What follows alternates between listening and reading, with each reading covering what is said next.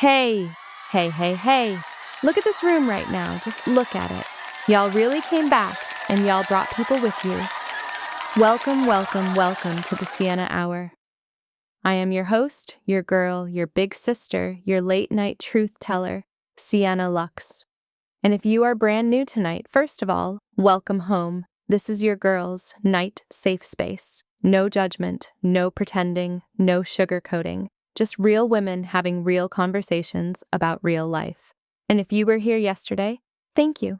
Thank you for coming back. Thank you for sharing it. Thank you for letting it live in you today.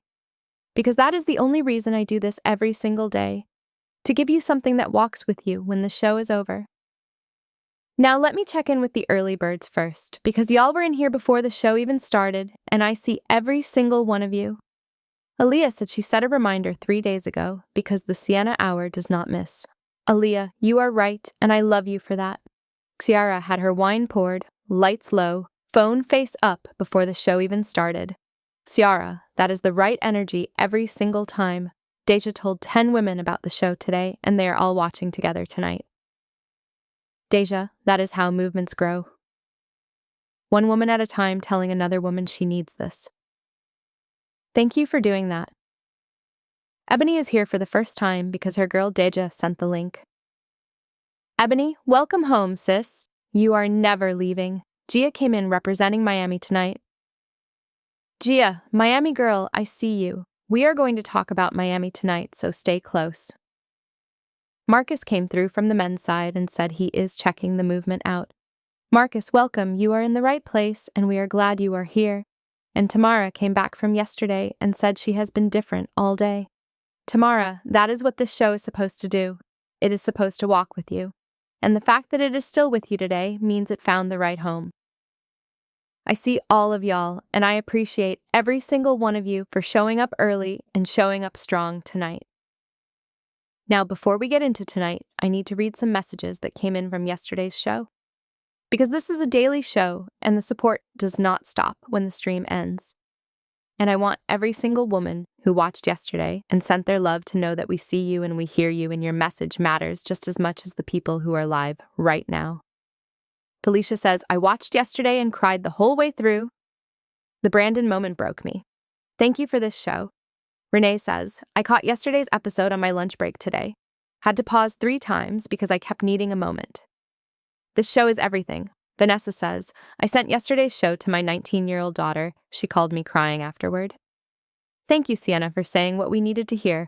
Latonia says, I watched yesterday and finally closed that chapter. 4 years. Done. I am free, Raven says. I am a different woman today than I was before I found this show. Thank you for not giving up on women like me. Felicia, Renee, Vanessa, Latonia, Raven, I see every single one of you. Whether you were live or you caught it after, your love counts, your support counts, your messages count. Every single episode going forward, we are reading the messages from the day before. So if you're watching the replay right now, send your love to Cash App at $SiennaLux01 or Venmo at Sienna-Lux and drop your message. We will read it on tomorrow's show. You are never invisible here. So, tonight is episode 2 of the Sienna Hour.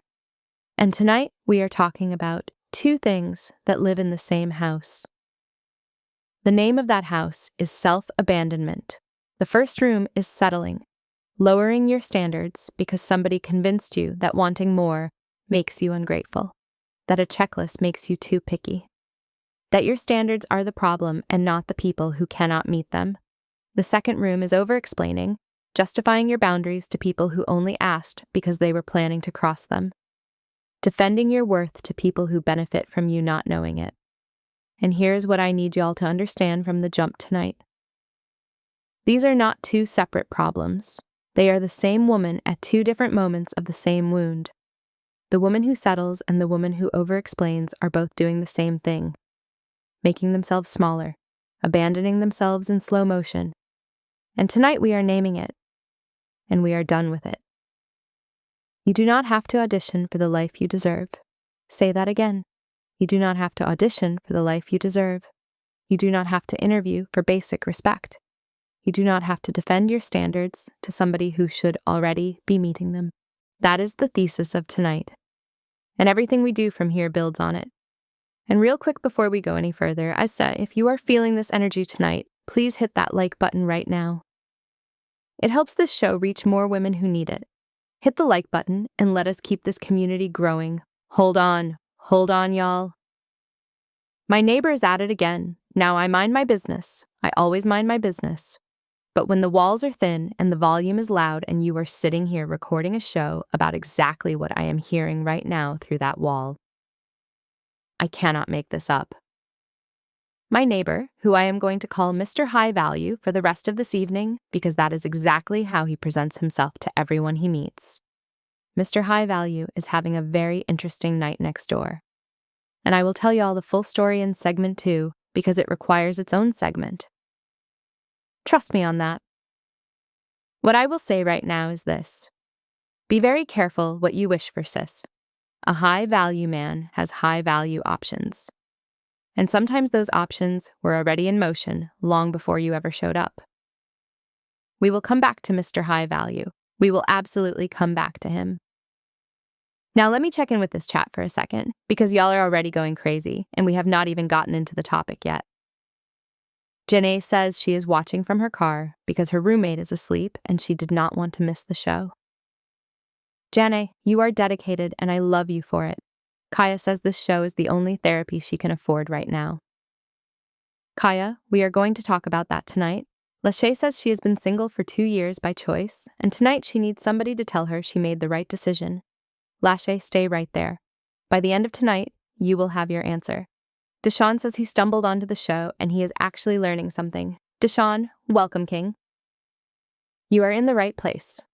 Hold on, I need to stop for a second, because somebody just said something in this chat that I cannot read and keep scrolling past. Moni says, Sienna, I grew up with a mama who struggled deeply and a daddy who was never around. I used to think that meant I was never going to be anything either. I am 22 now and I am trying, but some days it still feels like the ceiling is too low for somebody who started where I started. Does it ever get easier, or do we just get stronger at carrying it? Monet, I am going to answer your question. But I need to do something first that I have never done on this show before, because I cannot answer that question honestly without telling you something about myself that I have not said publicly until right now. And I need everybody in this room to hear this. Not just Monet, every single woman watching tonight. This show is not about me. The Sienna Hour is about you. But sometimes the only way to get to your truth is to walk through mine first, so bear with me. Because what I am about to tell you is the reason I am qualified to sit in this chair and have this conversation with you every single day. I grew up in Miami, Florida, and before you picture the beach and the palm trees and all of that, let me tell you about the Miami I grew up in. My father was involved in the streets. My mother struggled with a very serious addiction that took over her whole life. That is my beginning. That is the foundation I was supposed to build a life on. I did not grow up with safety. I did not grow up with stability.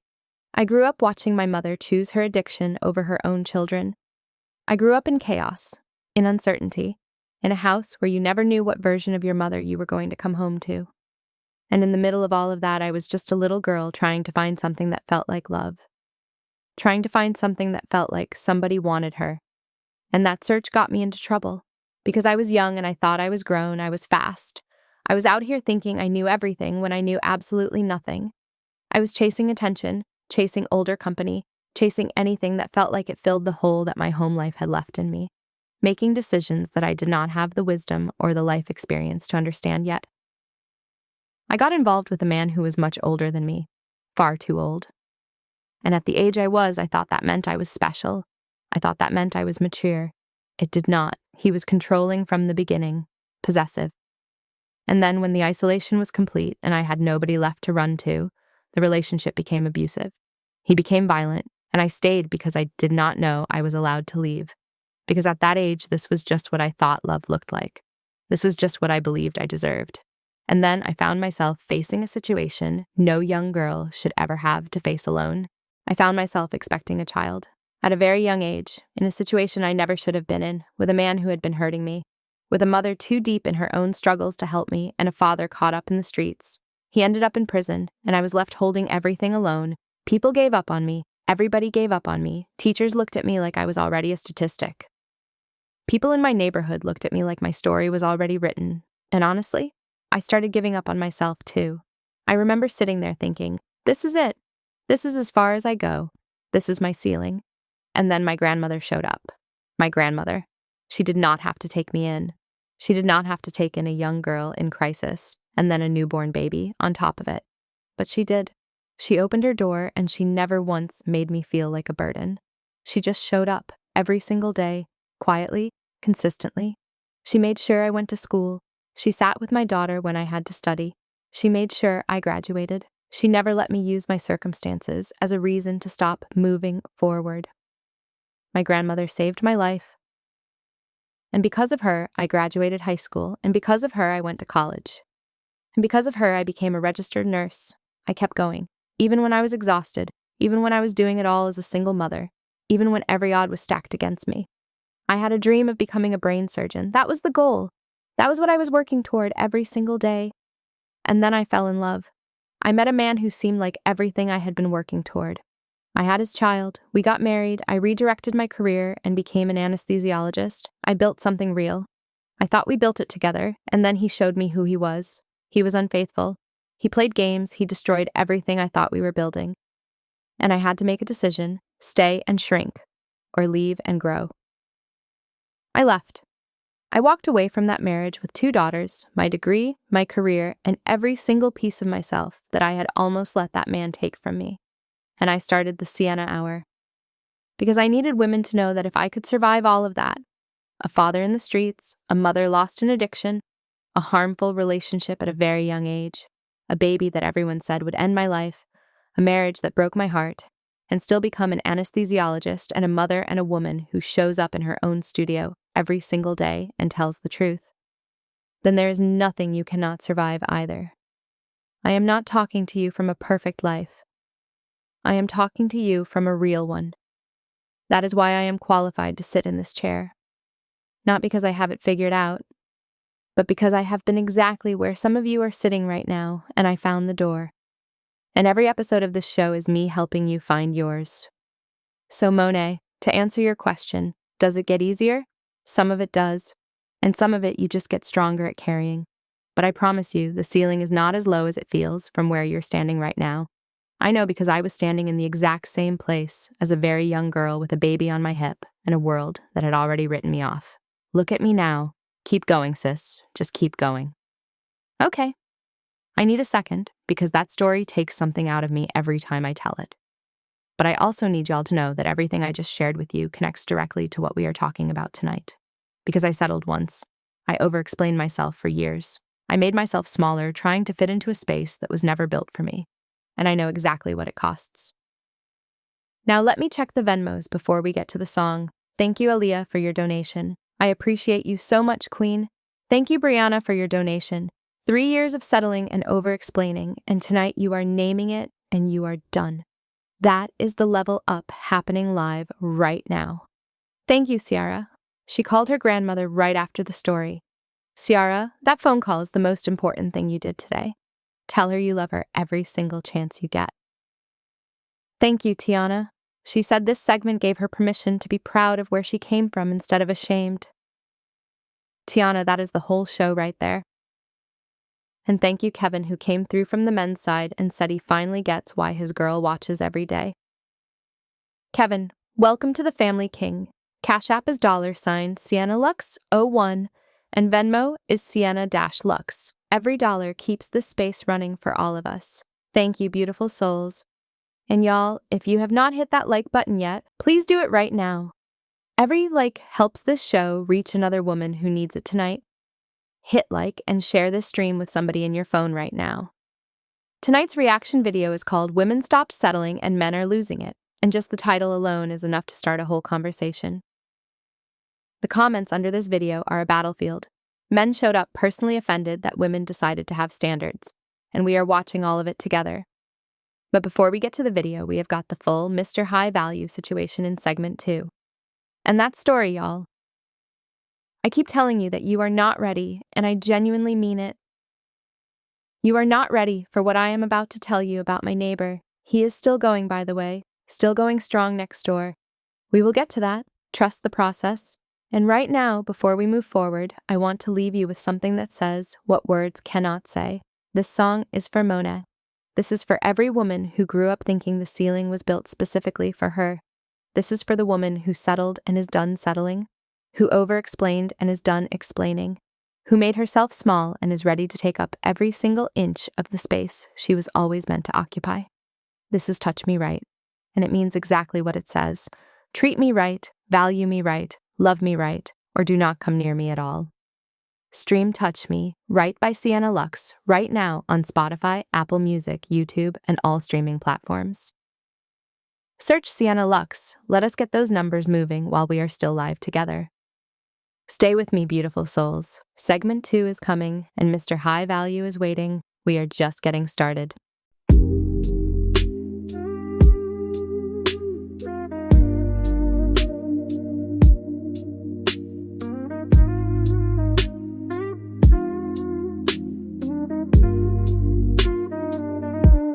Silk on my skin, dim lights, slow jam.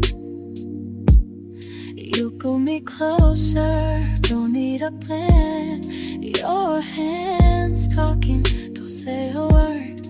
Every little move got me feeling you first. Don't rush it, take your time. Every second feels like mine. Touch me right, don't let go. Slow it down, nice and slow. Heartbeat racing, lose control. You're this close, I lose my soul. Touch me right, stay all night. Body talking, no more fights. We don't gotta say it twice. You know how to do me right. No phone, no distractions here. Just us vibrant, crystal clear. You got me locked in your energy. This ain't your love, it's chemistry. Don't rush it, take your time. Every second feels like mine. Touch me right, don't let go. Slow it down, nice and slow. Heartbeat racing, lose control. And you're this so sad, lose my soul. No words, just feel me. Right here is where I need to be. If this moment lasts forever, I wouldn't change it, not ever.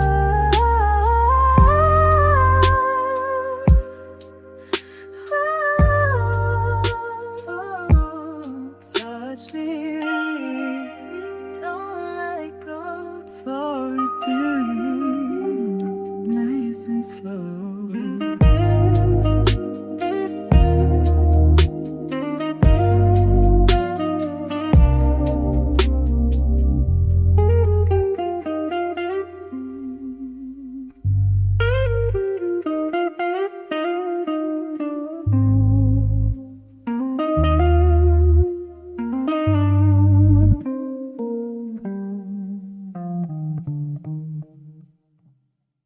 Y'all, I have been sitting on something all night, since before this show even started. And I told y'all in segment 1 that we were going to come back to Mr. High Value. And we are here. We are finally here. But before I get into it, let me check the Venmos real quick because y'all have been showing love all through segment 1, and I see every single one of you. Thank you, Celeste, for your donation. Thank you, Deja. She said, "You are us, and we are you." Deja, that is the most beautiful thing anybody has said about this show. Thank you, Elise. She called her grandmother after segment 1. Elise, every time I hear that, it makes everything worth it. Thank you, Fiona. Touch Me Right on repeat is exactly where it belongs tonight. And thank you, Andre, who came through from the men's side and said he understands why his girl watches every day. Andre, welcome to the family, King. Cash App is $Sienna Lux 01 and Venmo is Sienna-Lux. Every dollar keeps this space running for all of us. And if somebody just joined us right now, welcome. Hit that like button so more women can find this show tonight. One tap is all it takes, and it makes a huge difference for this community. Okay? Let me tell y'all what happened tonight. Before this show started, before I sat down at this desk, before I said a word to any of you. I got home from work tonight with my kids. We came off the elevator onto our floor. And y'all, I walked straight into it. Now let me set the scene for you first so you understand exactly what you are dealing with.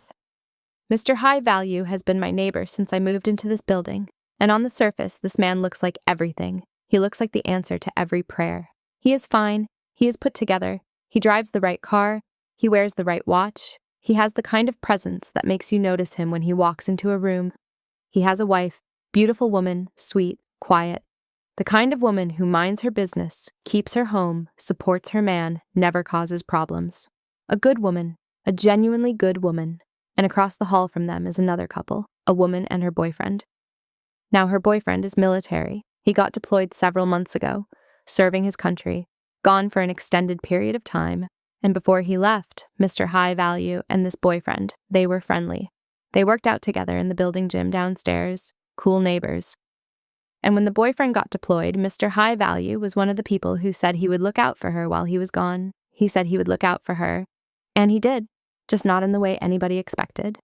While that man was across the world serving his country, Mr. High Value was across the hall, in her apartment, making himself at home, leaving things behind, getting comfortable in a space that was never his. Now the military boyfriend comes home, and something feels off immediately. She tells him she is pregnant, and he does the math. Y'all, he did the math, he counted the weeks, he looked at the timeline, and the numbers did not add up, not even close. His friend had mentioned seeing her and Mr. High Value looking a little too comfortable together in the building more than once while he was gone. He filed that away. And then one day he is going through the apartment and he finds something. Gym equipment. Mr. High Value's personal gym equipment, not out in the open, not just left behind by accident. Hidden, tucked away somewhere it had absolutely no business being. Now, y'all, a man does not hide his gym bag at a friend's apartment. You leave something behind by accident when you are in a hurry. You hide something on purpose when you do not want it found. And that was it. The timeline, the friend's comment, the hidden equipment, 3 things. That is all it took for this man to know everything he needed to know. He did not go to her first. He did not yell. He did not cry.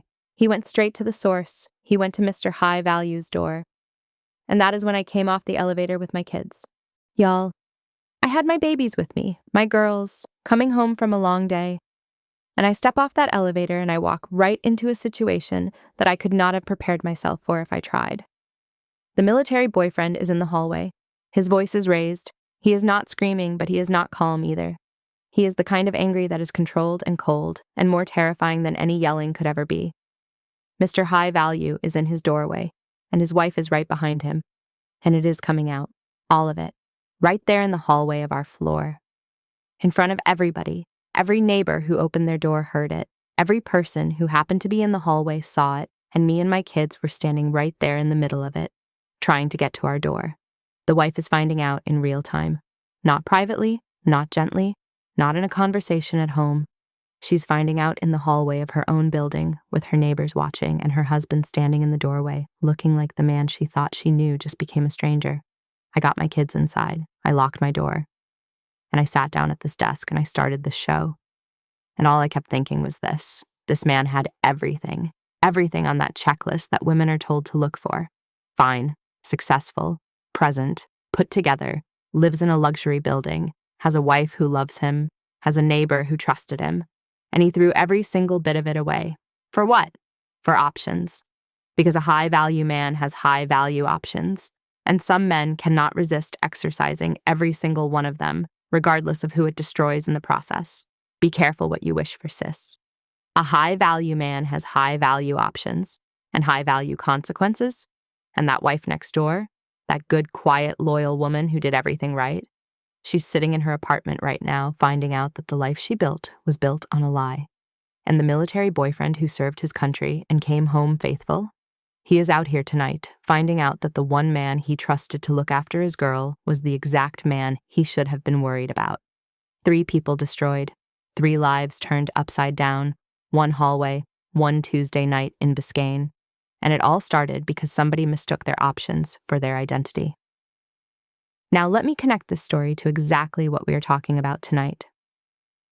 His wife settled, not because she was stupid, not because she was weak, but because she looked at everything on the surface and made a decision based on what she could see. She settled for the image without being able to see the character underneath it. And I would bet everything I have that at some point during that marriage, she felt something was off. A gut feeling, an instinct, something that whispered to her that things were not quite right. And I would bet she explained it away. She told herself she was being paranoid. She chose love over instinct. That is what over-explaining yourself to your own intuition looks like.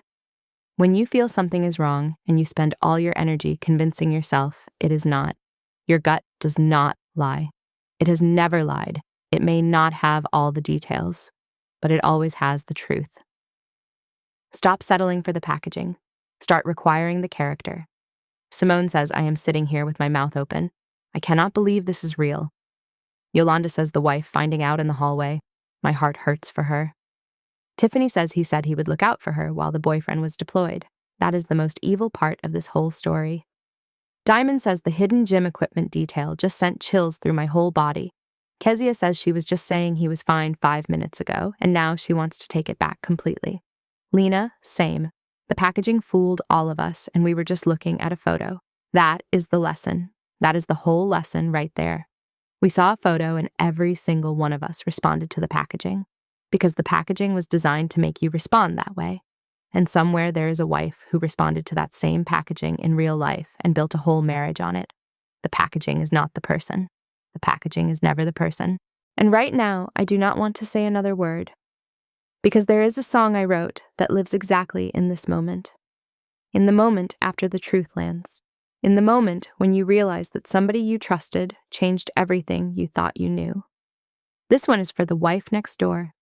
This one is for the military boyfriend who came home faithful. This one is for every woman in this chat who has ever had a moment where she realized the person she loved had changed her life in ways she never agreed to. This is You Changed Me, stream You Changed Me by Sienna Lux right now on Spotify, Apple Music, YouTube, and all streaming platforms. Search Sienna Lux.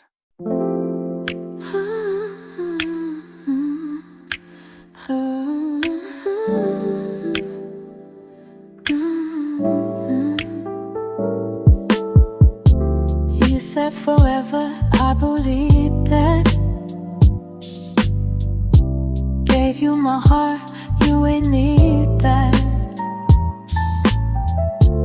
Late nights crying where you sleep at.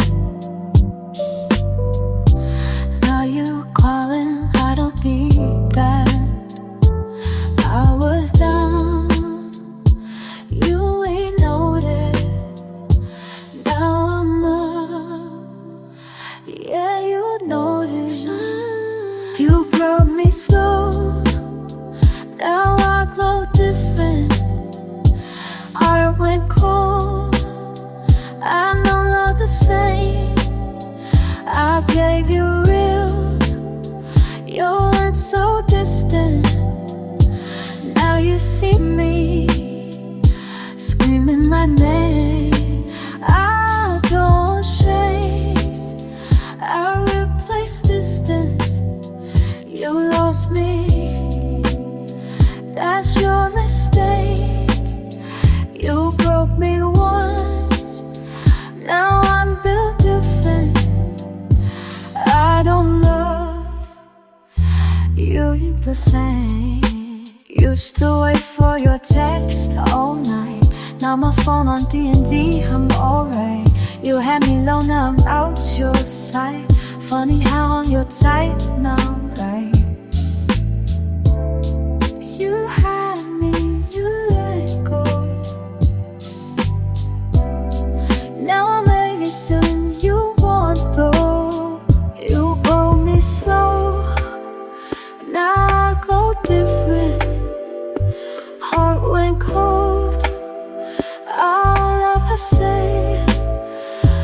gave you, yeah.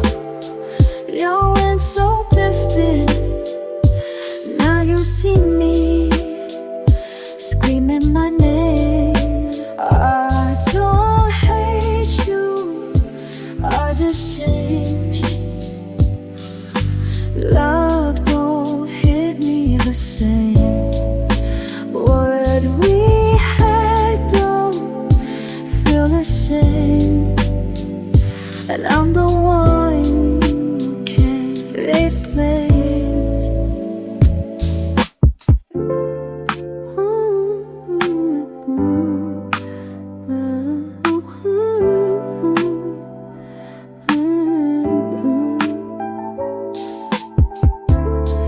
You broke me slow, now I glow different. I don't love you the same. Let me check these Venmos. Thank you, Zandra, for your donation. The story confirmed why she left her ex. That confirmation is a gift. Thank you, Yara, for your donation. She said, "You changed me" is her whole healing era in 3 minutes. Yara, stream it on repeat. Let it do its work. Thank you, Zuri, for your donation. She said she is praying for the wife next door tonight. Zuri, me too. Me too. Thank you, Adaze, for your donation. Stop settling for the packaging and start requiring the characters going on her mirror tomorrow morning. Adaze, yes, put it there. Read it every single day.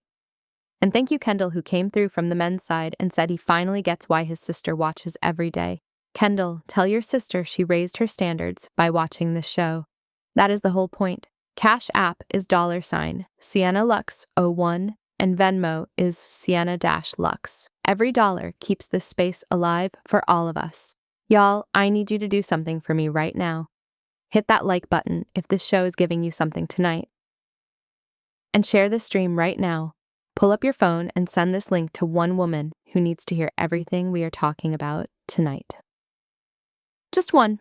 That is all I am asking. One woman. Now let me tell y'all about the reaction video we are watching together tonight because I need y'all prepared. Tonight's reaction video is called Women Stopped Settling and Men Are Losing It. And just the title alone is enough to start a whole conversation. The comments under this video are a battlefield. Men showed up personally offended that women decided to have standards, and we are going to watch all of it together tonight, the video and the energy around it. But right now, outside my door is a situation that has been building all evening, and I think before we get to that video, I need to address what I am hearing. That is the hallway. Mr. High Value is at it again. I thought this was over earlier tonight, but apparently it is not over. The military boyfriend is back, and it sounds like things have escalated since I came inside with my kids. I am trying to stay focused on this show. I am trying to stay professional. But I need y'all to understand that what I am hearing through that door right now is exactly why I have been saying all night that some situations do not end quietly. Some things that have been hidden eventually come into the light in the most explosive way possible. And right now, outside my door is a man who thought he could have everything. The wife, the neighbor, the double life, the image of being high value while his character was anything but. And it is all coming apart. Because the truth always comes out. It always comes out. Oh my God! Oh my God! You guys, they are shooting out there. They are actually shooting. Oh my God! Oh my God! Those were real shots. That was not a car. That was not anything else. Those were gunshots, right outside my door. Okay. I need to breathe. I need to breathe right now. Okay, you guys, I have been on this earth long enough to know what that sounds like, and that was it. That was it, right there in my hallway. My babies. I need to check on my babies right now. Oh, Lord, please, let everybody be okay out there, please. Y'all, I have to go. I have to go right now. I have to make sure my girls are okay. I have to make sure they are safe. I cannot sit here. I cannot stay at this desk right now. My children are in this house, and there were gunshots right outside my door, and I am a mother before I am anything else. I am a mother first. Do not leave this stream. Please do not leave. I will be back. I promise you I will be back. But right now, my babies come first. They always come first. Oh my God. Please let everybody be okay.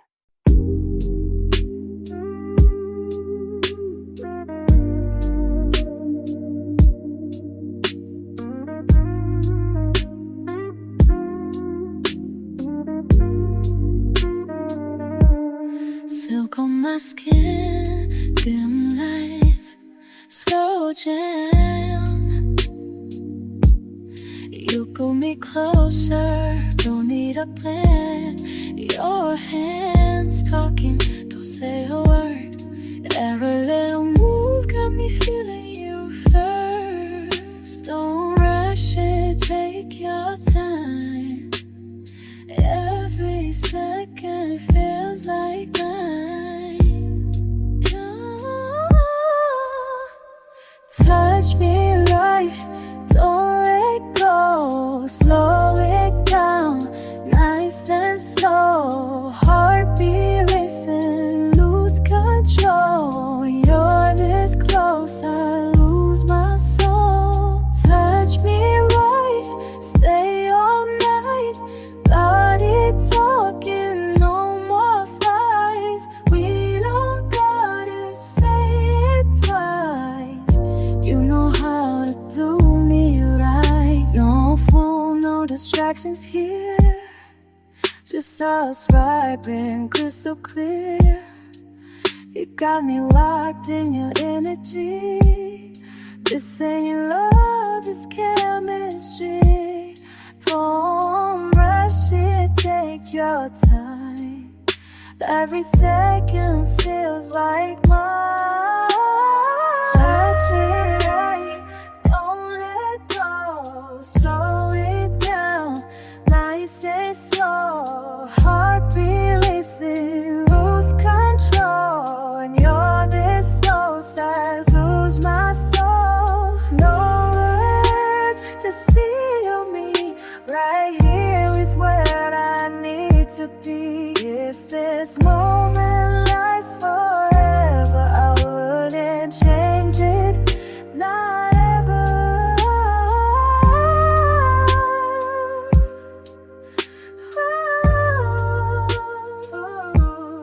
Touch me, don't let go. Slow it down, nice and slow.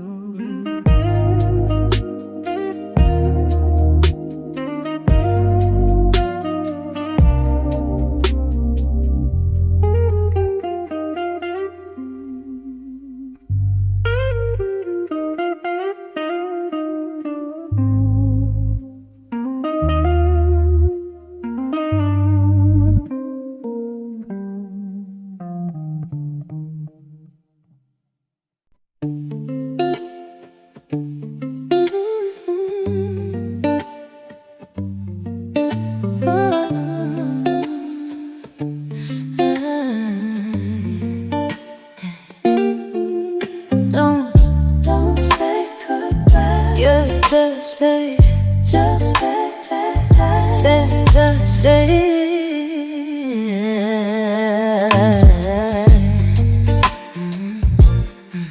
You walked in, I felt it in my chest, like my heart skipped steps, no rest. I've been through love that don't last long, but you feel like my favorite song. I don't wanna play it cool this time. I'm tired of wasting nights. If you leave, I might lose something real, and I don't wanna know how that feels. If I'm too much, tell me now, but don't you disappear without a sound. Stay tonight, don't leave me. Say your mind, don't tease me. We got something they don't see. Don't let go that easily. Stay tonight, don't break me. I mean now, don't wait, please. If this ends, it'll change me. So stay, don't leave me. Yeah, I've been hurt, yeah, I admit it. That's why I move a little different. But you got me dropping my guard, got me falling way too hard. I don't usually beg like this, but your love I can't resist. If you walk away, I swear Ain't nobody else compare. If you feel it, don't hold back. Real love ain't supposed to act. Stay tonight, don't leave me. Say your mind, stay your mind, don't leave me. We got something they don't see. Don't let go that easily. Stay tonight, don't break me. Love when I don't wait, please. If this ends, it'll change me. So stay, don't leave. If I text you, I miss you, don't leave me on red. If I say that I need you, don't get in my head. I don't want nobody else, I don't wanna pretend. If this love is real, why we acting like friends? Tonight, don't leave me. Say your mind, don't tease me. We got something they don't see. Don't let go that easily. Stay tonight, don't break me. Love now, won't wait me. If this ends, it'll change me. So stay. I need to talk about what just happened.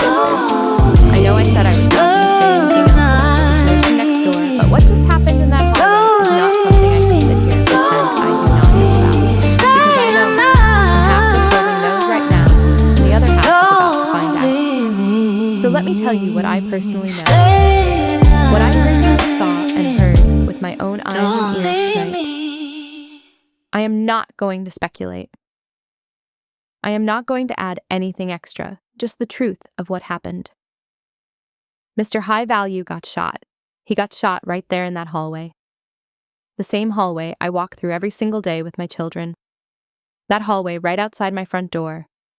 The military boyfriend, the man who came home from serving this country and found out that the one man he trusted to look after his girl was the man who betrayed him. That man had enough tonight. And Mr. High Value is the one paying the price for it right now. And I know y'all want to know where the military boyfriend is right now. He is gone. He left the building. He shot and he ran, and right now the police are out there looking for him. He is on the run tonight. And I need y'all to understand something. I am not celebrating what happened out there tonight. Not for one single second. Violence is never the answer. I do not care what somebody did to you. I do not care how deep the betrayal was. This is not the way. This is never the way. But I also need y'all to understand something else. This started with one man's choices. One man who had a beautiful wife and a good home and the trust of people who loved him. And he threw all of it away, piece by piece, choice by choice. And tonight, every single one of those choices came back to find him in that hallway. Right now, there are police officers going door to door on this entire floor, knocking on every single door, asking every neighbor what they saw, what they heard, when they heard it, whether they have doorbell camera footage. And y'all, I live in a building with some very prominent people, very high-profile residents, people who are well-known in this city and beyond, people who do not want their names associated with anything like this. And tonight, every single one of them is standing in their doorways or looking through their peepholes, watching Miami PD walk this hallway asking questions. Because of one man's choices, the paramedics came, the stretcher came, they loaded Mr. High Value onto a stretcher and took him out of that hallway and into an ambulance. I do not know his condition right now. I genuinely do not know, and I am praying for everybody involved tonight. For his wife, who did not deserve any of this. For the woman across the hall, who is caught in the middle of something she never asked to be part of. For the military boyfriend who came home wanting nothing more than his life back and lost everything in a completely different way tonight. And yes, I am even praying for Mr. High Value, because none of this had to happen. None of it. All of this. Every single bit of what happened in this hallway tonight. Started with one man who mistook his options for his identity. One man who thought the life he built was something he could take for granted. One man who thought being high value meant he could do whatever he wanted to whoever he wanted whenever he wanted with zero consequences. And that hallway out there tonight is the consequence. That ambulance driving away from this building right now is the consequence. Those police officers knocking on every door on this floor tonight are the consequence. And the most important thing I can say to every woman watching this show tonight is this. When somebody shows you who they are, believe them. Not the packaging, not the watch, not the chain, not the city view from the top floor condo, the character, always the character. Because everything that glitters ain't gold, sis. And tonight that hallway proved it in a way that none of us on this floor will ever forget. Now, we are going to keep going because this show does not stop. And I still have things to say to you tonight that you need to hear. So stay with me, beautiful souls.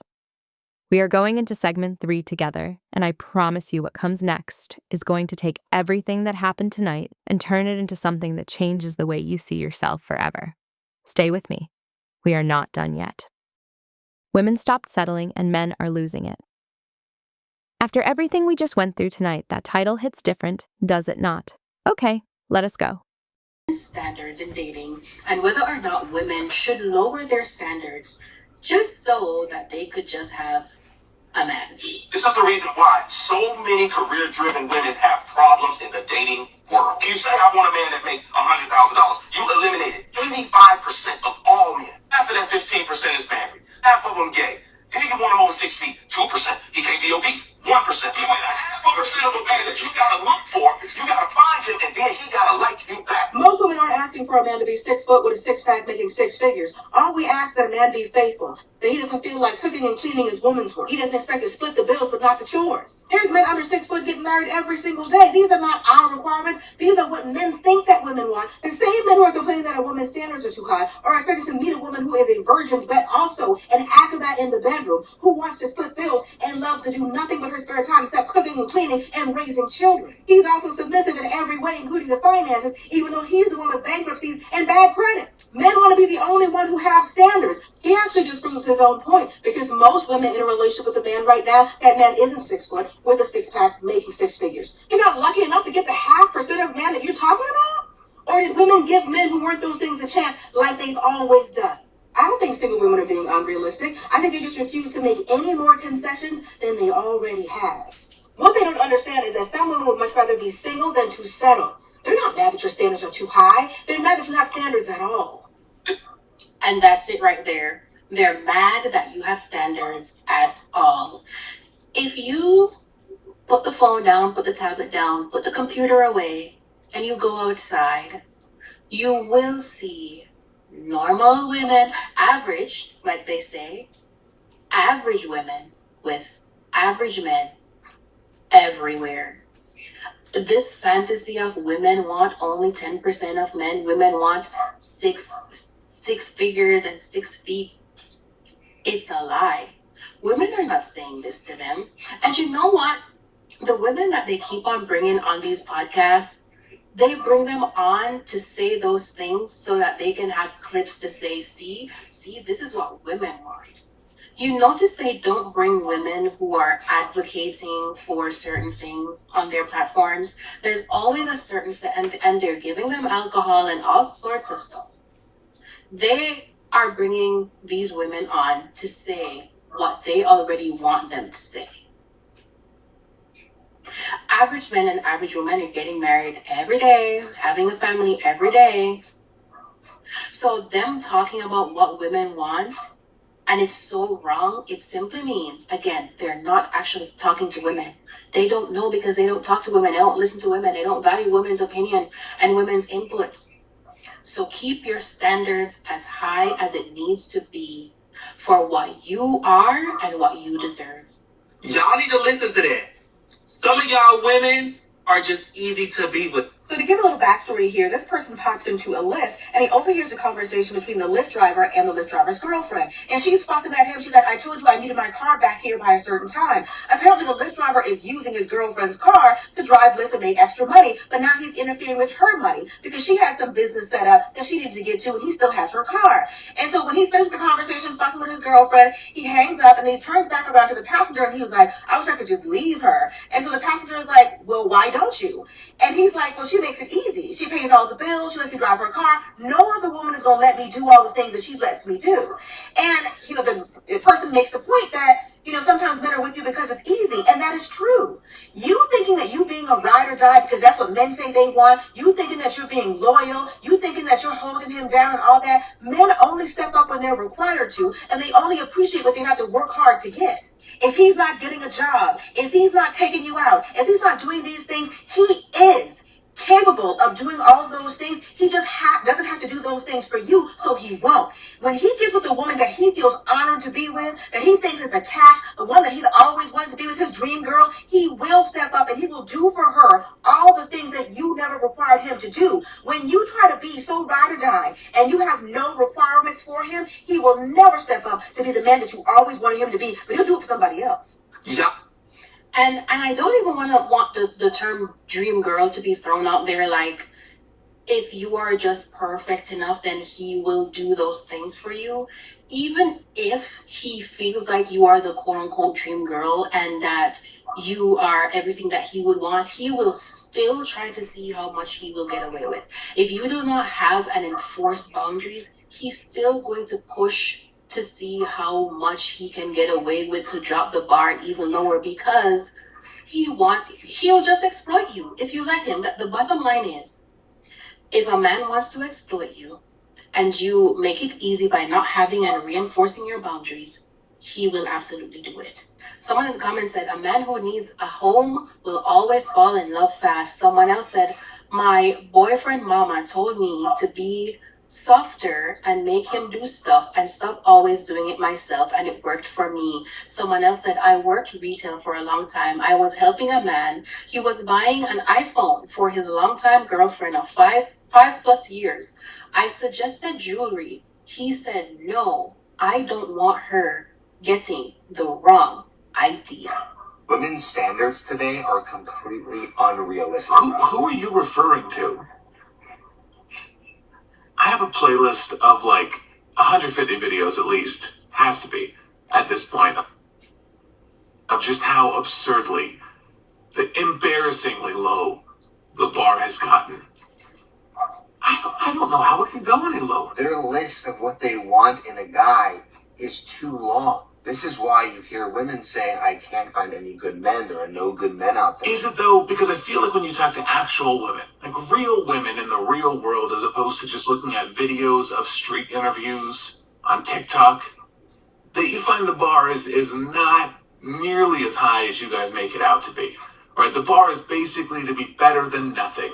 Right? Is her life better with you than by herself with her friends? That's too high. There are plenty of good men out there. They exist. They are in this world. They always have been. And guess what? We agree. My guess, though, is that most of those men don't listen to channels like you. Data doesn't lie. There are more single women now than ever. And it is not like men have completely changed. You're almost stumbling into the answer right here, because we agree on this as well. Men haven't changed that much. Right? The same advice being given to young men today is the exact same advice that you and I were given back when we were young studs on the market. But the world has changed. Society has changed. And if you expect to be able to offer the same things in a relationship that our fathers and our grandfathers got away with because society treated women more like property than human beings, then yeah, I guess the bar is going to seem pretty high. In fact, I would argue that men are doing better than ever. It's so much easier for a man today to be successful. He has access to information on the internet to become a better guy. Men are leveling up everywhere. The problem is guys like you are defining leveling up as shit like this. Dating a woman with a high body count is risk. Toxic masculinity is a lie. Men should never, ever, ever, no matter what the circumstance, marry for love. Don't ever tell a girl that you like her. Stop being yourself. And so young guys see this, and they're leveling up, but for other men. And women are like, we don't like those things. We don't want those things. And guys like you are like, well, don't listen to women, listen to me. What do women know? And then young guys are like, I don't get it. I'm doing all the things the guy on the internet said, and I still can't get any women. But if the list is too long, you'll never find that guy. It's not that their list was too long. It's that you never looked at their list. You made your own list, and when they didn't like it, you decided they were wrong I like what he said about the advice that was given by their grandpas and their fathers have been the same coming down. The problem, it's not really a problem, but the problem for him is the advice given by our grandmas and our moms is completely different. Your grandfather, who got your grandma as a teen, she had no choice. She had no money, no financial independence. She didn't have a choice over how many children she had, over her living circumstances. She was not allowed to get paid for work because she did work. She just wasn't paid for it. She had no say over her body, over her time, over whether or not she wanted to be a mom, over how many people. So that's what your grandfather got. What he got from that was, I get to feel like a man. I have a woman at home to take care of me and do everything, and I don't have to do anything because I go out and I have a job. Therefore, I am a man. And the purpose of this woman in my life is to make my life easier because I go out to work and I make the money. What your grandma got was a completely different reality. She was a slave in the home from a teen. So when she had children and more children, and society has kind of evolved past that point where women stood up and say, hey, no, we're not going to deal with this anymore. Now that grandma is gonna tell her daughter and her granddaughter, hey, don't put up with this. Don't live the life I lived. I was not happy. I was forced. He was cheating on me and I didn't have a choice because I didn't have anywhere else to go. I didn't have any money. I could not sustain myself. All of those things. So you have two people living in a house and they're living two separate realities and they give two different pieces of advice. The men have not looked into the experiences of the women and they don't listen to or talk to the women to hear their side. The father says, I was a king. This is what a man is. This is what you need to be. And the men just run with it and they say, okay. And I think that's one of the reasons there's such disconnect with standards and expectations in relationships and in the home and in raising children. It's because there are two different pieces of advice. And if a young boy looks into his house and see how his mom is being treated and say to himself, you know what, I'm going to turn a blind eye. And I want a woman who's going to sacrifice themselves, who's going to cook all the meals. And my father doesn't have to do anything. My father's never actually been there for me. He's been in the house, but he's not been there for me. If a young boy, because I'm not going to say that because that's what you grew up in, then that's what, you have to continue and there's no way for you to break out of that. I feel like as an adult, you now have the responsibility to choose who you want to be and the kind of life that you want to create for yourself. So if a young man doesn't look into himself and realize that that's crazy, that's inhumane, that's wrong, then he's going to carry on and then he's gonna meet one of these types of men and he's gonna say, yes, my thoughts are reinforced and this is how women should be treated and I don't know why they want common decency. Pause. We need to pause this. Okay, we have to stop right here. Because this video just said something in 30 seconds that I have been trying to put into words for years. When a woman raises her standards, the men who cannot meet them call her difficult. They do not ask themselves why they cannot rise to the level. They just label her. They make her the problem so they do not have to examine themselves. Difficult is what they call you when they realize they cannot control you anymore. Difficult is what they call you when your standards became inconvenient for their comfort. And Brandon just slid in from the men's side and said, our standards are unrealistic. Real talk. Brandon, baby, sweetheart. You came to a show called the Sienna Hour on the same night that a man next door lost his marriage, his dignity, and his neighbor's respect because he could not keep his options under control, and you want to tell women their standards are unrealistic? Brandon, with all due respect, the unrealistic thing tonight was not the standards.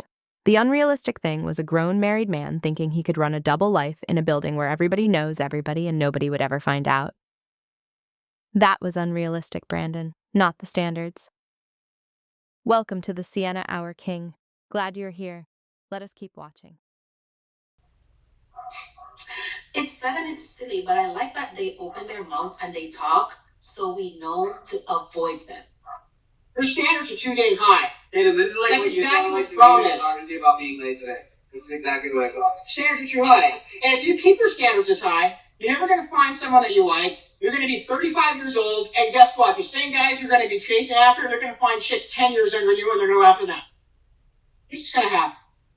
Okay? So you got to lower your standards. I think that's the worst advice ever. Really? Yes! Yeah. Fine. Well? You can go ahead and do that in 50 years and see if you get married. Okay. I was gonna say, imagine telling a complete stranger that she needs to lower her standards or she's gonna die alone and she's never gonna get married. Like, telling that to a stranger as a threat.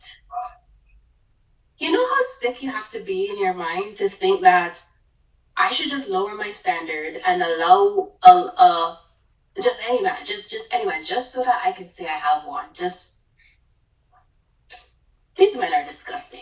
Today's episode of Decent Drink Man, I want to talk about standards. We are at the first time in history where women are holding standards to men and saying, you don't meet my standards, therefore you're not allowed in my life. Historically speaking, women have never really been allowed to do that. They had to deal with and settle for men because they needed them in order to survive. We couldn't get a credit card without a man signing off on it until 1974. That's recent. That's crazy, right? So we did have to just kind of suck it up and deal with them. Now, we, for the first time, have these standards where we're like, hey, so I see that you're 35. Cool. I would love to see a basic hygiene routine from you. I would love to see that you have pillowcases on your flat, dusty pillows from 20 years ago. Would love to see a pillowcase. And I would love for you to not smell like a trash bag. And rather than men being like, you know what? That's actually a decent idea. I'll consider it. Let me go talk to my male friends because I need their opinion over yours, and then I'll get back to you. Rather than doing that, they lose their mind, and they're like, these women have the higher standards, and they're ridiculous. They're going to die alone. First of all, don't tempt me with a good time of dying alone. Second of all, women will not die alone. We're going to die with other women and our dogs and our cats. Please, we are not worried about being lonely when it comes to not having a man in our life because we have each other. Y'all clearly don't. That's why there's this whole loneliness epidemic. That's a different conversation. But when we see these men react to these standards, what it actually is exposing is that they're mad that the goalpost is being moved on them. And hey, I can understand that because I am a woman and my goalpost of the beauty standard changes basically quarterly, depending on marketing tactics by the media, which is run by who? Men. Who created that system? Men. So I understand your frustration. I've experienced it quarterly since I was an adolescent because guess what? Adolescence is when females are sexualized and fetishized over who? Men. So I understand your frustration. I would love to see a bar of soap and a pillowcase that really would work wonders, and basic empathy would really do you good. I agree with her first point. Women didn't have a choice. Women didn't have any standards. We weren't allowed to have standards back in the day. You were sold to the highest bidder. Your family wanted to join with that family, and therefore you were the pawn in the middle, and you had to go be that person's wife as a child, likely as a teenager. You had to go be with some big old man's wife. And then you had to start popping out babies and doing all of that stuff. We didn't have a choice in who we got to be with. Now, thankfully, we do. And the fact that we can express that, or that a man would look into that and say, you want too much, when a woman is asking you to be a decent person and reciprocate and communicate things like that. And if they look at that and think that those things are high standards, it's because they do not want to give you anything.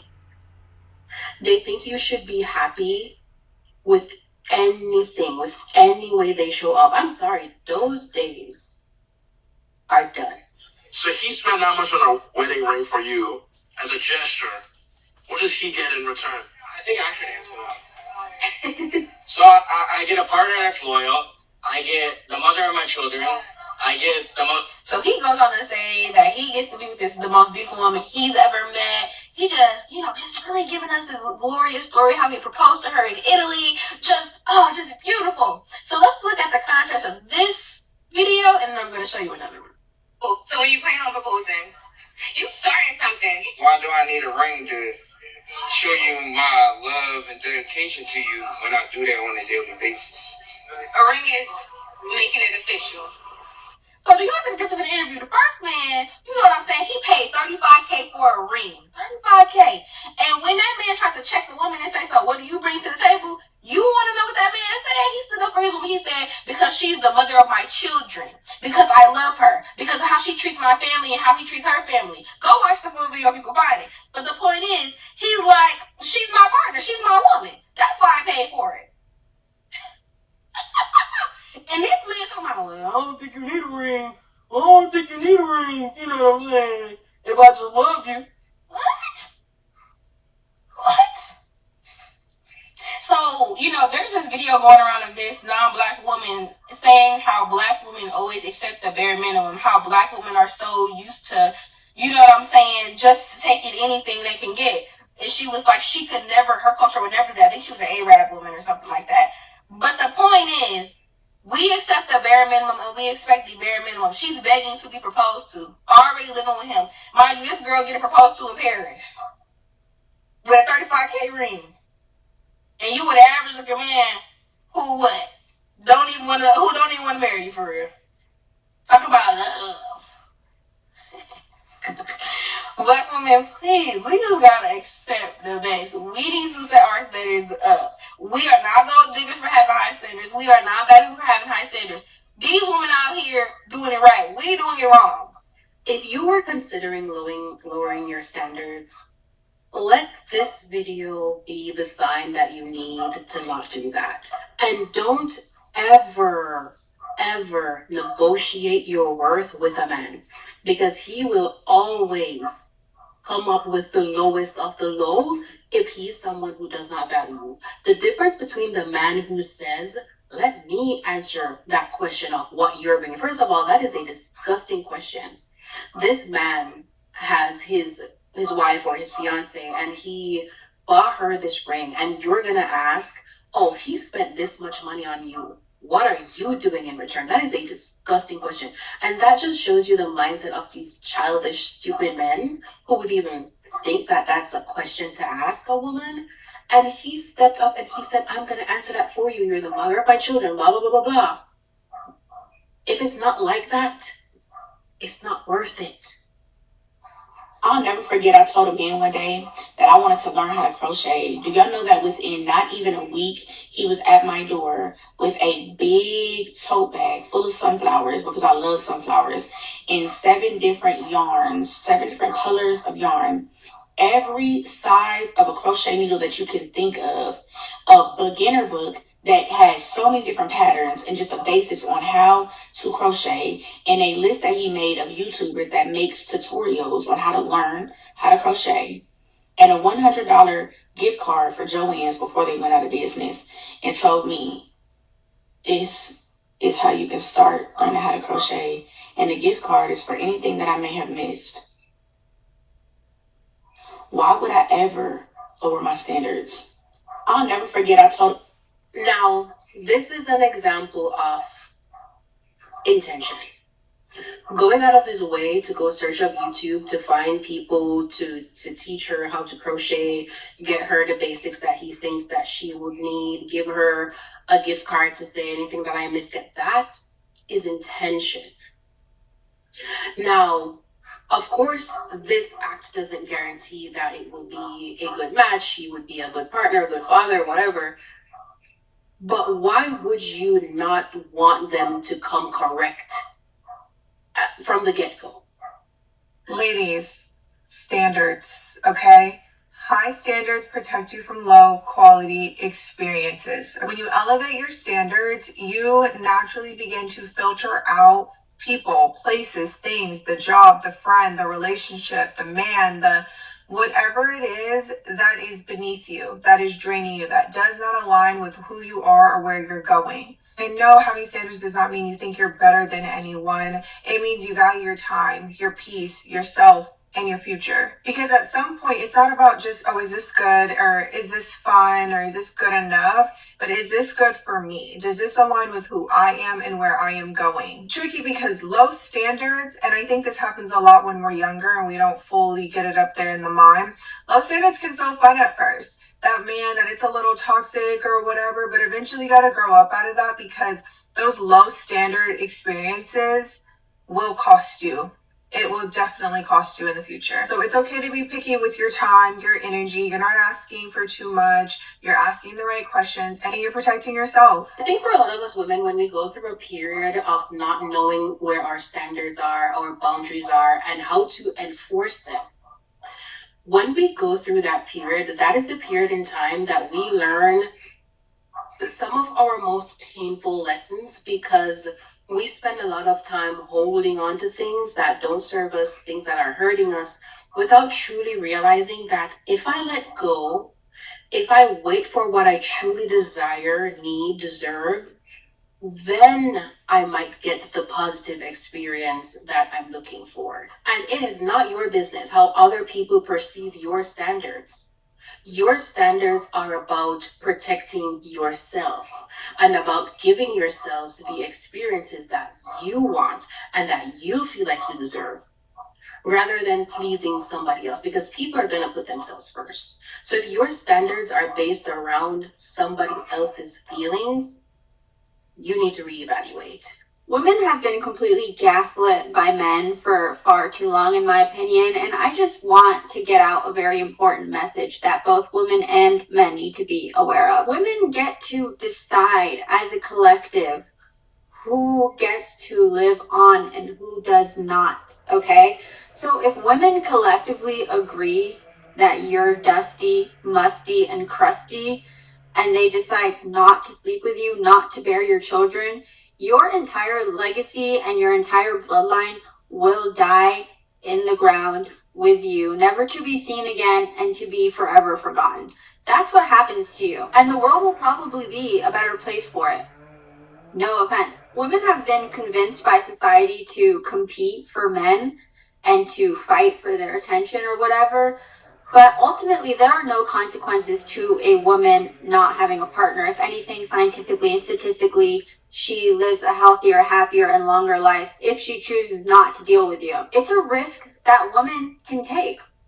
Men do not have that same opportunity. You actually literally cannot take that risk because you risk your entire bloodline being extinct from this planet. This is what people are forgetting. We're competing amongst ourselves for these crusty, dusty men.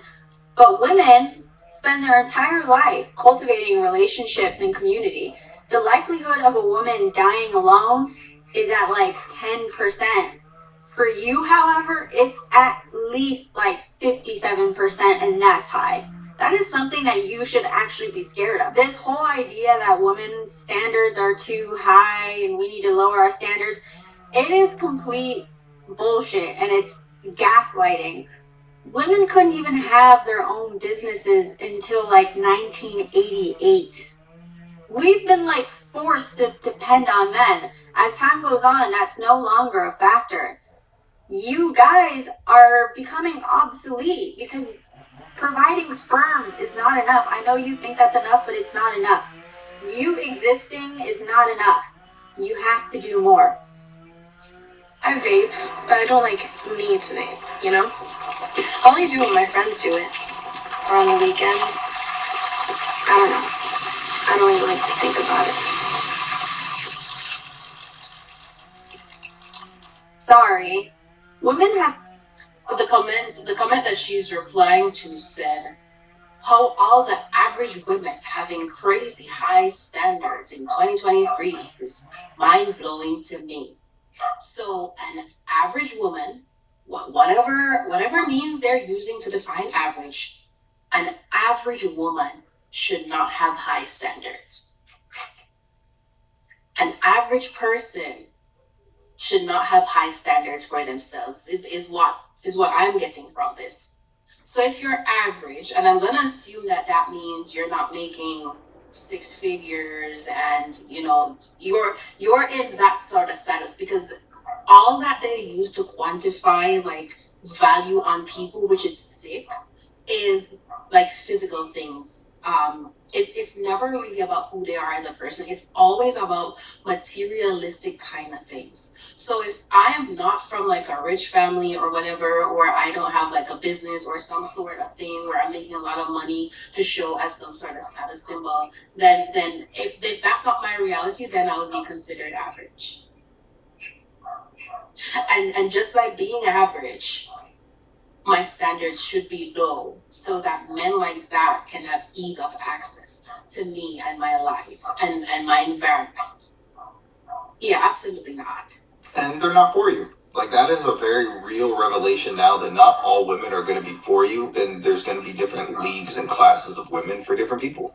And that's all right. Like, not everybody's for you for whatever reason, so you just got to find who's for you versus what they want and go after it. Like, if some girl makes $150,000 a year and wants someone to provide for her, okay, that's just not you. No shame in it not being you. That's just not who you are. Like, go get somebody who is for you. And sure, that girl might find somebody, she might not. She might end up in a happy relationship, and she might be alone for the rest of the time. Why is that your problem as a man? She's already said that she wants this, and now she has the ability to put herself in a position to do that. So why don't you just go find somebody who's for you? I don't get it.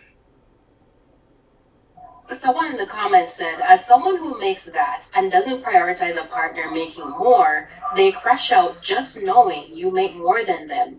Ego ruins a lot of potential connections. So the comment that this creator is responding to says, but a lot of women who make more money than us still want someone who makes more money than them. Constantly posting on social media about how real men provide despite them making 100,000 already. And I like what this creator is saying. If a woman is making $100,000 and she is expecting a man to pay the bills, be a provider, all of that, and you are not in that place, there's only one conclusion. There's literally only one conclusion. She's not for you. It ends right there. There is no deliberation. There is no what if. There is no buts. If she has a standard or an expectation, whatever it is, and you do not meet that, and that is her line, it just means that it just means you're not compatible. It's like the men who talk so much about wanting a natural woman, natural hair, doesn't wear makeup, plain Jane, whatever. But they keep on going for the women who have a weave, who have in lashes, who have makeup on. What's the point?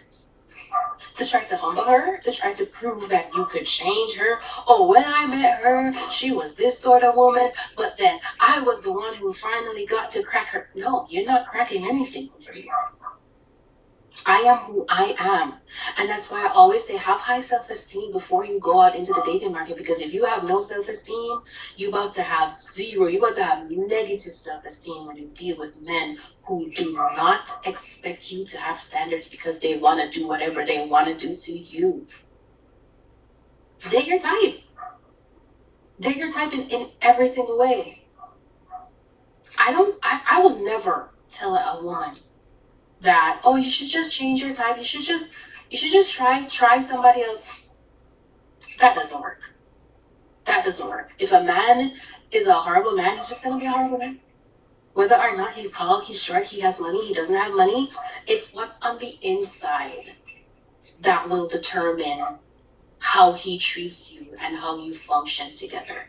The thing I always tell women is, if you have to be single for longer than you would like or longer than you expected, just because you have high standards, that's okay. Sometimes their standards be too high, though. Do you think women's standards are too high? Sometimes, yeah. I don't think their standards be too high. You're looking for the one person that everybody is ideally wanting and not who you're supposed to be with. You're looking for a fantasy, but you ain't a fantasy. You have to be your standards. 100%. But a lot of people aren't their standards. They just want the easy way out. Yeah. It's not that there's no good men around. or there's no good women around. You're just not the type of person that you're looking for. You have to change your type and your appetite. So Definitely. you have to switch it all the way up and be real with yourself. You have to pretty much lower your standards because there's somebody out there lowering their standards to deep. It's not about lowering standards, it's about being realistic. Having your realm of expectations that you know are realistic for you. It's one thing.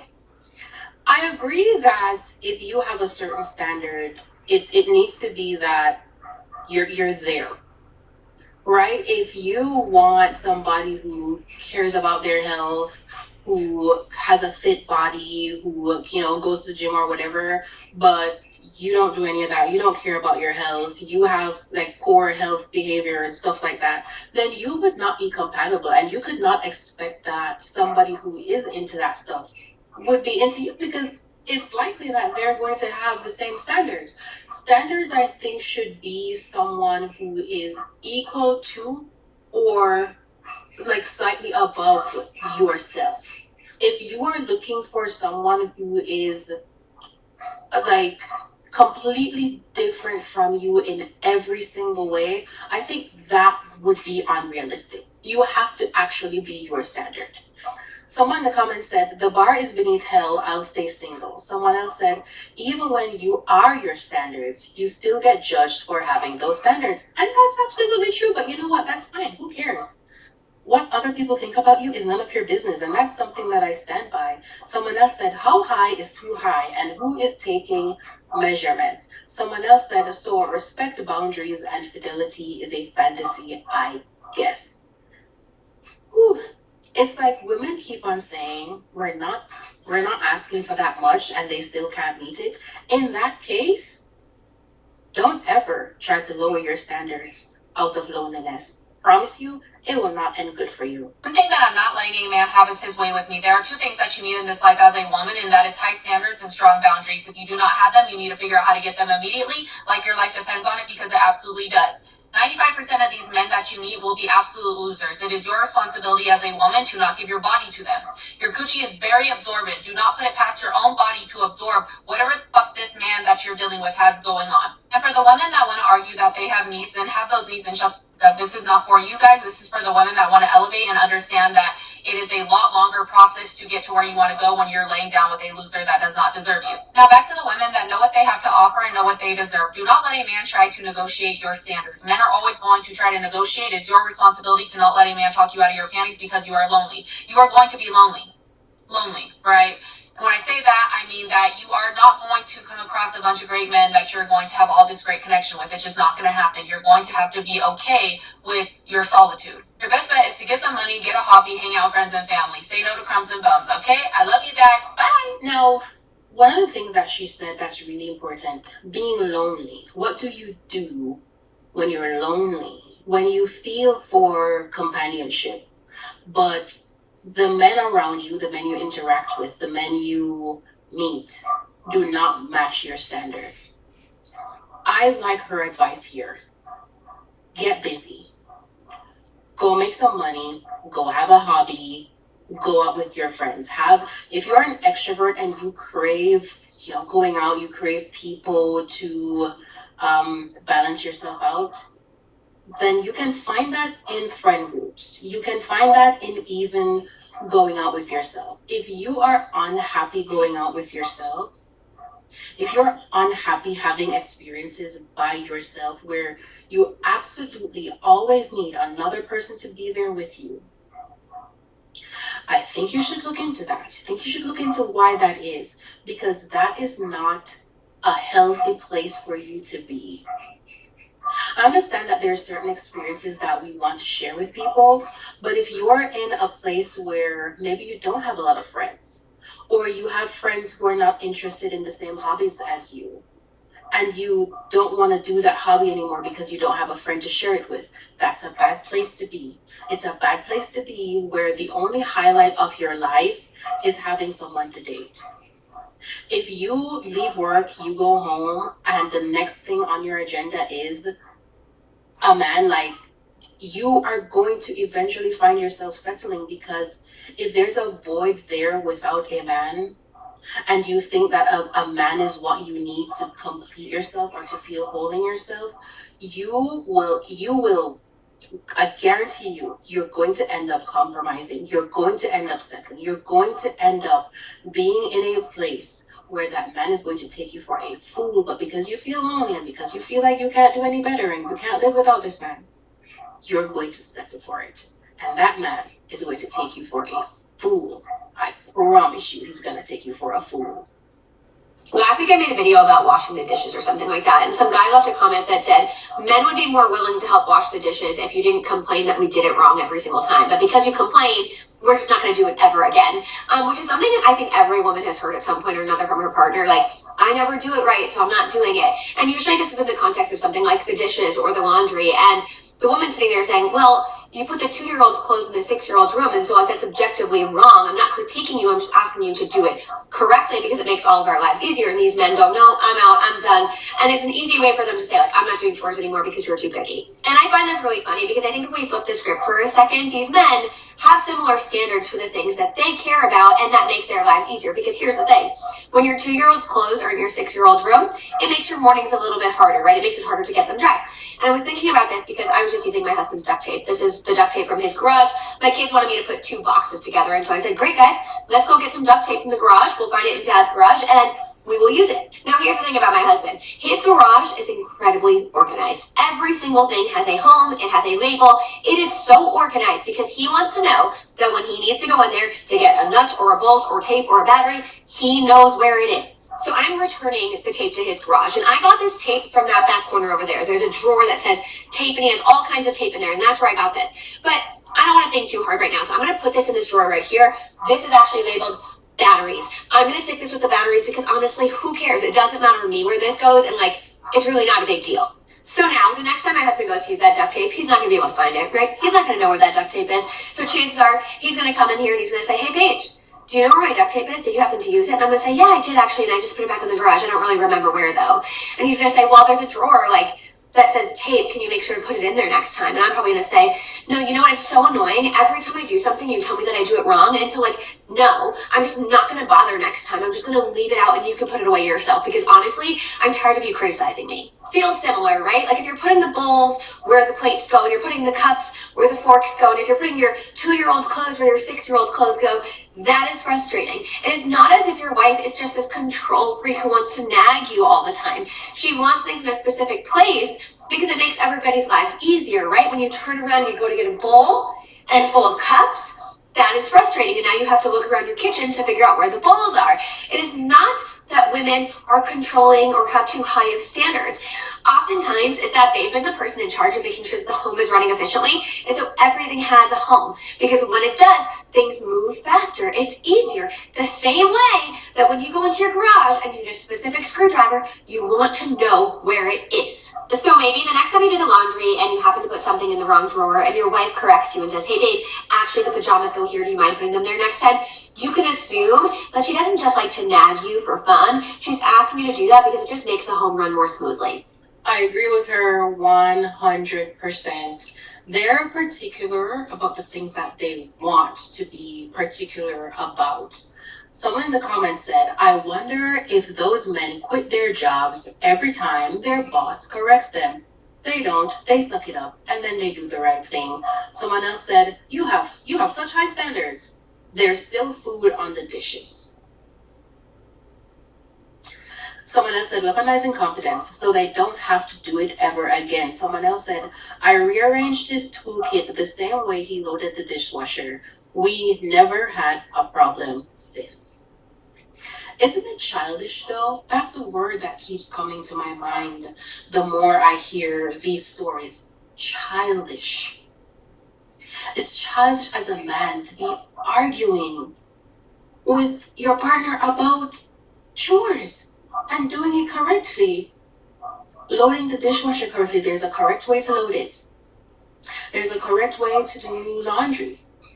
There's a correct way to fold and put away the laundry and where to put what so that everyone's clothes can be found without having to go through every drawer to find something. It's such common sense that the fact that women are having these issues, childish. And I feel like we just need to acknowledge that they are not stupid, they know what they're doing. So when we clearly express a boundary or a standard and they try to come up with a reason why they have to break it, why it doesn't make any sense, it's because they don't want to, because they don't respect your standard, your boundary, whatever. They don't respect you enough to understand that this thing means something to you, to cause them to say, explain to me what this process is, how this works, and how we. Stop. We need to stop right here. The moment you stop explaining and start watching is the moment everything becomes clear. Because behavior does not lie, words can be managed, explanations can be crafted. But consistent behavior over time tells you everything you need to know about who somebody actually is. And Lachey said, the wife next door explained herself every time something felt off, and she guarantees he already knew and did not care. Lachey, I would bet everything you are right. That is what good women do. They feel something is wrong and they explain it away. They give benefit of the doubt. They choose love over instinct. Your gut does not lie. The moment you stop explaining and start watching is the moment you get all the information you need. And Marcus came through and said there are good men out here genuinely trying and women keep passing them up. Marcus' real answer, a woman with real standards, is not passing up good men. She is filtering out the ones who are not. Standards are a filter for good men, not against them. Rise to the standard, Marcus. The right woman will see you when you do. Moni. You asked me at the beginning of tonight if it ever gets easier or if we just get stronger at carrying it. Here's my answer. Both. It gets easier and you get stronger. But the thing that changes the most is not the carrying. It is what you choose to carry. When you stop settling, you stop picking up weight that was never yours to begin with. When you stop explaining, you stop spending energy defending what should have been given freely. When you start observing, instead of hoping, you start making decisions based on what is real instead of what you wish were true. And slowly, gradually, beautifully, the ceiling gets higher, the room gets bigger, and the life you were always supposed to be living starts to come into focus. That is what leveling up looks like from the inside, Monet. Keep going, sis. Just keep going. Let me check these Venmos before we close this segment. Thank you, Yasmin, for your donation. She came in one woman, and she is leaving a different one. Yasmin, that is the whole goal. Every single episode. Thank you, Zoe, for your donation. She said the way Sienna came back after the gunshots and sat down and kept going is the level up in action. Zoe coming back was not hard because y'all were here waiting. And I was not going to leave you without the rest of the show. Thank you, Amara, for your donation. She said the Monet moment is the most beautiful moment she has ever seen on a talk show. Period. Amara, Moni made that moment. She asked the right question at the right time, and this entire show was the answer. Thank you, Bianca, for your donation, over-explaining her entire adult life, and tonight she is naming it, and she is done. Bianca, the level up is happening live right now. We are witnessing it together. And Brandon came back and said, all right, Sienna, you got me. The unrealistic thing was not the standards. I hear you. Keep doing what you do. Brandon, I love your growth tonight. You came in swinging and you left learning something. That is what a good man actually looks like. Welcome to the Family King. For real this time. Cash App is $Sienna Lux 01 and Venmo is Sienna-Lux. Every dollar keeps this space running. And y'all, if you have been watching this whole show tonight and it has given you even one thing, please hit that like button right now and share this stream. Because somebody in your life needs to watch episode 2 of the Sienna Hour tonight. Go get them. Before we go into our final segment tonight, I need to leave you with something. Because a man who truly valued what he had would not have needed anything else. A man who truly saw his wife. A man who truly honored the trust of a friend who deployed to serve this country would not have risked everything for options. This song is for the woman who gave everything to somebody who needed her back only after he lost her. This song is for every woman who finally walked away and watched him realize too late what he had. This is Needed Me Back, and tonight it is the closing chapter of everything we said.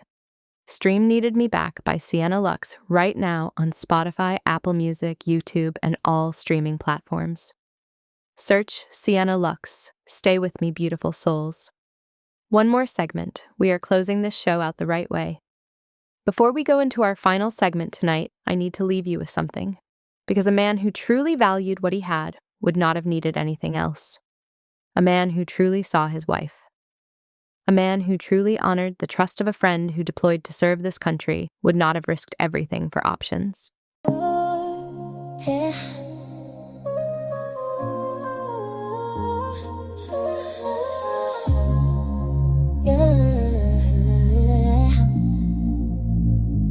You used to play me on the low. Now you're calling, I don't go. I was there when you was broke. Now I'm shining, now you know. You see me stepping, diamonds glow. Confidence I never show. Now I walk and take control. You don't get me anymore. You had your chance, you let it slip. Now you're watching from the distance.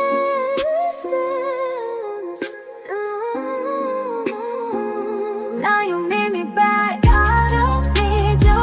I leveled up, but I see right through you. You had me once, now I won't see through. Don't call my phone, I don't read you. Now you need me back, but I'm gone. Too tired, got too far gone. Heart so cold, I moved on. You don't get to come along. Late nights you ain't show up. Now I'm the one to show love. VIP when I roll up. Everything gotta glow up. You switched up, I switched lanes. Now you're stuck, I'm out the game. Say my name, it's not the same. I don't feel you like before. You had your chance, you let it slip. Now you're watching from the distance.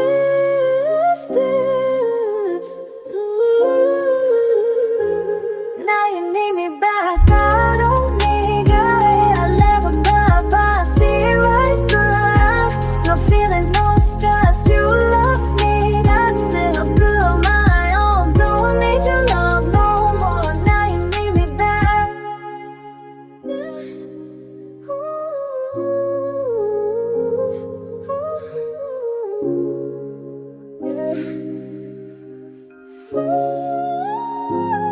Now you need me back. I don't need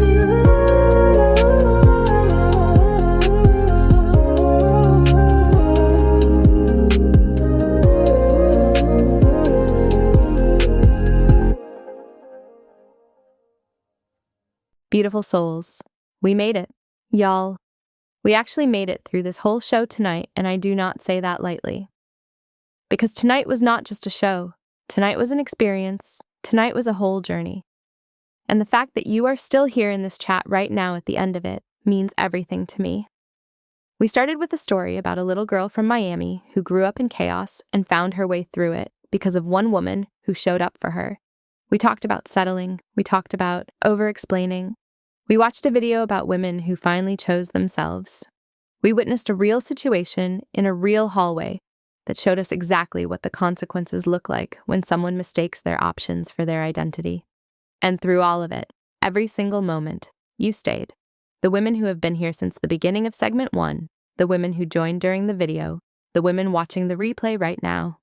You all stayed, and I see every single one of you, and I am grateful for every single one of you, and this show exists because of every single one of you. Thank you, and I need to take one more moment for the women who came back from yesterday's show.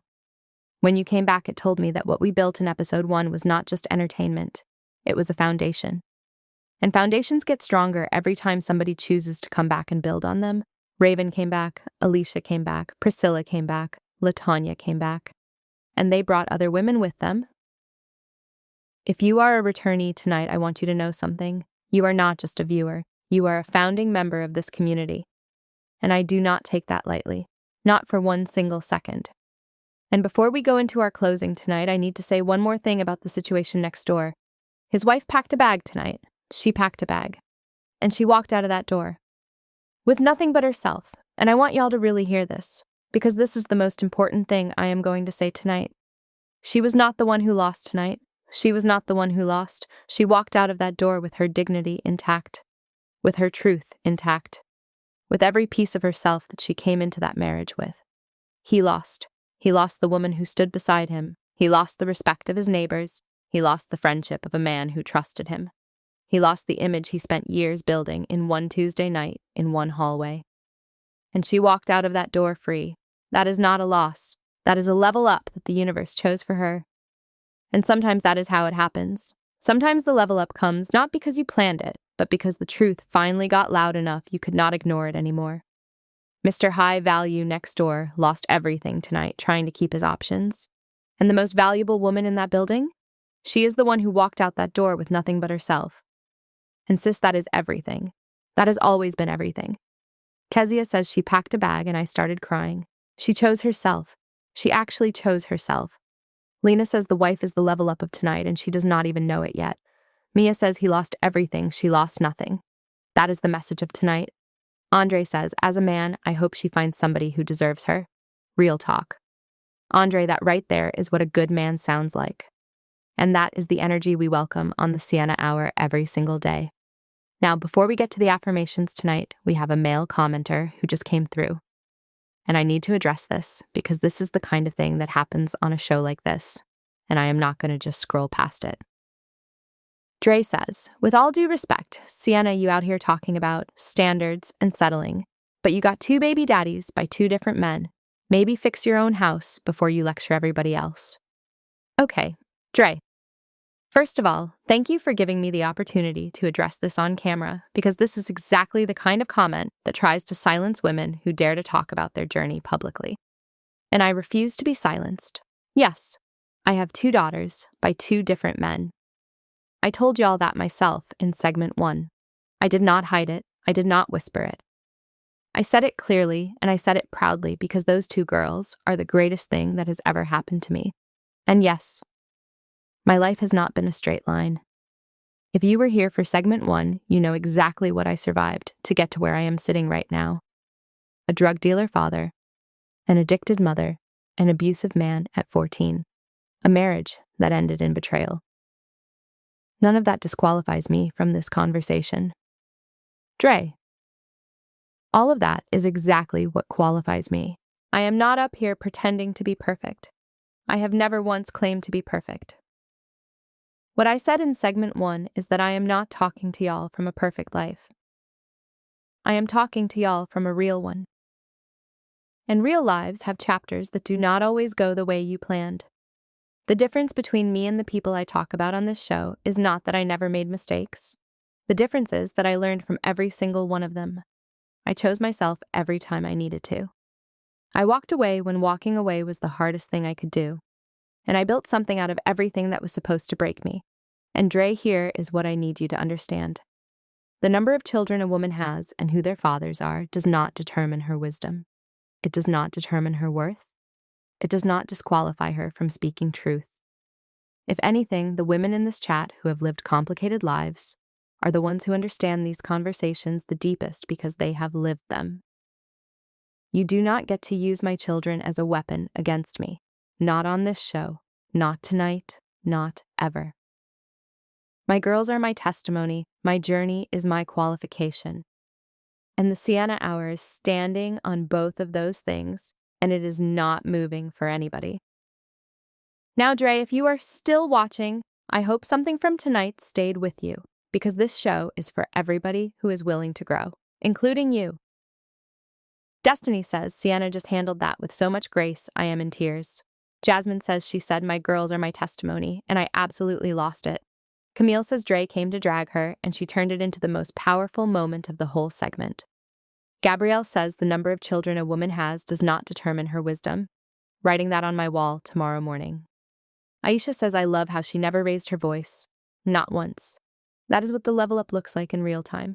And Dre came back and said, I hear you, Sienna. Respect. Dre, that took something, and I respect you for coming back. That is growth. And growth is always welcome on the Sienna Hour. I need every woman watching tonight to say these words. Say them out loud. Say them in your chat. Say them to yourself, wherever you are watching from. Say them like you mean them. Because you do. I am not hard to love. I have been loving the wrong people. I do not settle for packaging. I require character. I do not explain my worth to people who benefit from me not knowing it. I do not beg for what I deserve. I trust my gut. It has never lied to me. I am allowed to choose myself without explaining it to anyone. Everything that glitters ain't gold, and I know the difference. Level up, sis. Starting right now. Tonight, not someday. Tonight. I need every woman watching tonight to say these words. Say them out loud. Say them in your chat. Say them to yourself wherever you are watching from. Say them like you mean them. Because you do. I am not hard to love. I have been loving the wrong people. I do not settle for packaging. I require character. I do not explain my worth to people who benefit from me not knowing it. I do not beg for what I deserve. I trust my gut. It has never lied to me. I am allowed to choose myself without explaining it to anyone. Everything that glitters ain't gold, and I know the difference. Level up, sis. Starting right now. Tonight, not someday. Tonight. Cash App is $Sienna Lux 01 and Venmo is Sienna-Lux. Every single dollar is love, and we feel every one. And before I let y'all go tonight, one more time, if you watch this whole show and something moved inside you tonight, please hit that like button right now. And subscribe if you have not already. And share this episode with every woman in your phone who needs it. Because somebody's sitting somewhere right now feeling exactly the way you felt when you first pressed play. Go get her. Before I close out tonight, I need to tell you something about tomorrow's show. Because after everything that happened tonight on this floor of this building in this hallway, tomorrow's episode is going to be built around one question that has been living in my head since I stepped off that elevator with my kids. How do you rebuild after the hallway moment? How do you start over after the marriage ends? After the trust is broken? After the life you built collapses in one Tuesday night? The wife next door chose herself tonight, and that is powerful. But the morning after the level up is a whole different conversation, and we are going to have it tomorrow, so if you are not subscribed yet, subscribe right now. Turn on notifications, new show every single day. Because tomorrow's show is going to pick up exactly where tonight left off, and you do not want to miss it. Beautiful souls, that is the Sienna Hour, episode 2. Tonight we talked about settling, we talked about over-explaining, we watched women who finally chose themselves. We met Mr. High Value next door, and we watched what happens when somebody mistakes their options for their identity. We heard gunshots through a wall, and we kept going, because that is what women do. We keep going. Through the chaos and the noise and the unexpected and the painful and the scary, we keep going. We show up for each other, we hold the space, we tell the truth. And we come out the other side knowing something we did not know when we walked in, and tonight what you walked out knowing is this. You do not have to audition for the life you deserve. You do not have to explain your worth to people who benefit from you not knowing it. You do not have to settle for the packaging when what you need is the character, and you do not have to be perfect. Lord knows I am not perfect. I am just a girl from Miami who made it through some things and decided to sit down at a microphone every day and tell the truth about it. The wife next door walked out of that door tonight with nothing but herself, and that was everything. That has always been everything. Share this show with every woman in your phone who needs it tonight. Subscribe, turn on notifications, come back tomorrow. Because we are just getting started. I am Sienna Lux. This has been the Sienna Hour. And baby, I love y'all. I really do. Protect your peace, choose yourself, and I will see you tomorrow. Good night, beautiful souls. Level up, sis.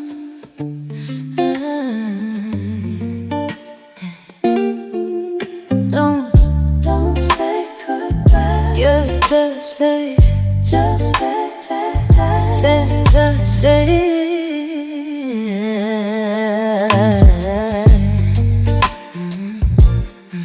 You walked in, I felt it in my chest, like my heart skipped steps, no rest. I've been through love that don't last long, but you feel like my favorite song. I don't wanna play it cool this time. I'm tired of wasting nights. If you leave, I might lose something real, and I don't wanna know how that feels. If I'm too much, tell me now, but don't you disappear without a sound. Stay tonight, don't leave me. Say your mind, don't tease me. We got something they don't see. Don't let go that easily. Stay tonight, don't break me. I mean now, don't wait, please. If this ends, it'll change me. So stay, don't leave me. Yeah, I've been hurt, yeah, I admit it. That's why I move a little different. But you got me dropping my guard, got me falling way too hard. I don't usually beg like this, but your love I can't resist. If you walk away, I swear ain't nobody else compare. If you feel it, don't hold back. Real love ain't supposed to act. Stay tonight, don't leave me. Say your mind, don't leave me. We got something they don't see. Don't let go that easily. Stay tonight, don't break me. Love me now, don't wait, please. If this ends, it'll change me. So stay, don't leave me. If I text you, I miss you, don't leave me on red. If I say that I need you, don't get in my head. I don't want nobody else, I don't wanna pretend.